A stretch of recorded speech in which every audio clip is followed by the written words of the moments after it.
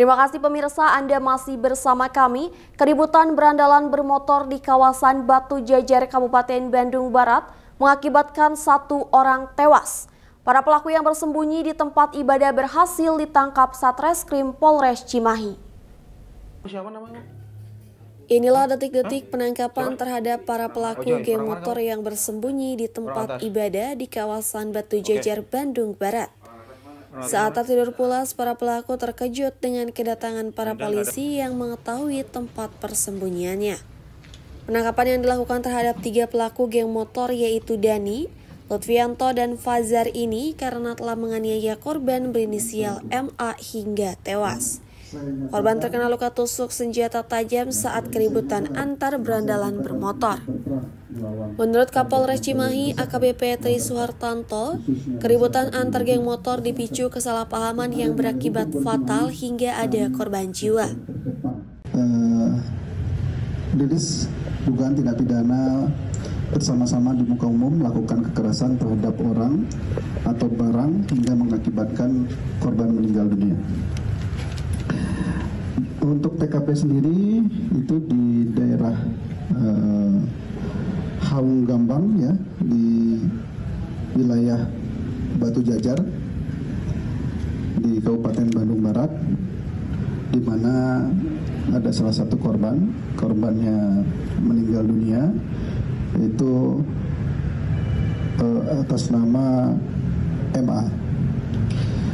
Berawal dari kesalahpahaman dari 2 kelompok motor ini ya, di mana korban bersama teman-temannya sedang berada di tempat itu, kemudian datang dari para pelaku, kemudian terjadi cekcok ya, hingga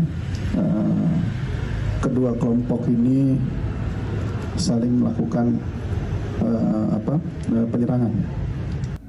Sementara itu, menurut pengakuan salah satu pelaku, dirinya hanya iseng saja mengikuti geng motor dan baru pertama kali terjadi kericuhan dengan geng motor lainnya.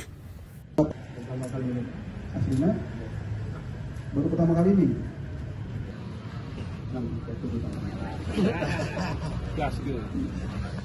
Untuk mempertanggungjawabkan atas segala perbuatannya, para pelaku geng motor ini terancam hukuman di atas 5 tahun penjara.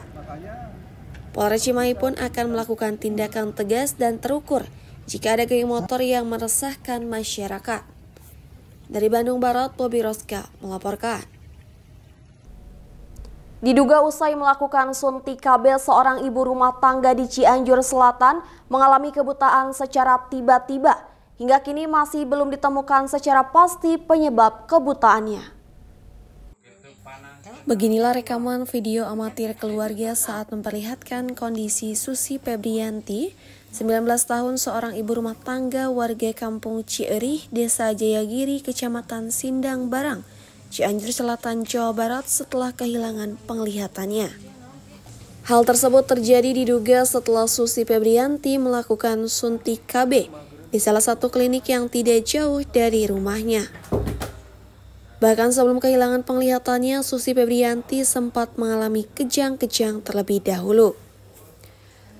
Ipang, suami korban, menceritakan sebelum melakukan suntik KB, istrinya sempat drop lantaran kekurangan darah dan dilakukan perawatan medis di sebuah klinik yang tidak jauh dari rumahnya.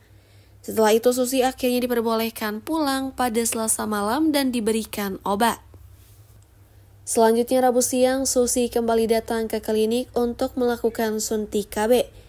Setelah dilakukan suntik KB, Susi alami kejang-kejang hingga kehilangan penglihatannya. Ke klinik itu juga, pas itu saya antar, pas dari situ saya cuma ngantar sampai depan pintunya, dia yang masuk ke depan, ke dalam. Pas dia keluar, dia bilang darahnya udah 107, udah saya pulang. Nah semenjak dari itu paling udah sampai rumah, udah makan, nah sekitaran lamanya lah ada 1 jam. Nah dari situ istri saya kejang-kejang. Hingga kini belum diketahui secara pasti penyebab kejadian tersebut. Susi Febrianti tengah menjalani perawatan medis di RSUD Sindang Barang, Cianjur Selatan. Dari Kabupaten Cianjur, Jawa Barat, Muhammad Andi Bintang melaporkan. Pasca viralnya video duel siswa 3 lawan 3 di salah satu sekolah dasar negeri di Cianjur, Jawa Barat, Dinas Pendidikan Pemuda dan Olahraga akhirnya angkat bicara. Buntut dari video viral perkelahian pelajar SDN, pihak sekolah, orang tua siswa, dan siswa bersangkutan melakukan rapat terkait video viral di media sosial duel siswa 3 lawan 3 di lingkungan sekolah SDN Ibnu Zainab II di Desa Limbangan Sari, Kecamatan Cianjur, Kabupaten Cianjur, Jawa Barat. Ternyata diketahui kejadian tersebut hanyalah keisengan anak-anak dan terjadi spontanitas tanpa direncanakan. Tidak hanya itu, pihak orang tua siswa juga sepakat tidak akan mempermasalahkan kejadian tersebut dan hal serupa tidak terulang kembali. Di samping itu, Kepala Bidang Sekolah Dasar Dinas Pendidikan Pemuda dan Olahraga Arifin, pihaknya meminta maaf atas kelalaian yang terjadi yang membuat kegaduhan. Pihaknya berharap agar kejadian tersebut merupakan kejadian yang pertama dan terakhir kalinya. Pertama, saya dari Disdikpora permohonan maaf atas kejadian yang terjadi pada hari Sabtu. Ini juga bagian dari kelemahan kami dalam fungsi pengawasan, kontrol, dan sebagainya. Yang kedua, alhamdulillah tadi setelah kami berkumpul dengan orang tua murid, pihak sekolah, orang tua murid sudah sepakat tidak mempermasalahkannya Pak ya.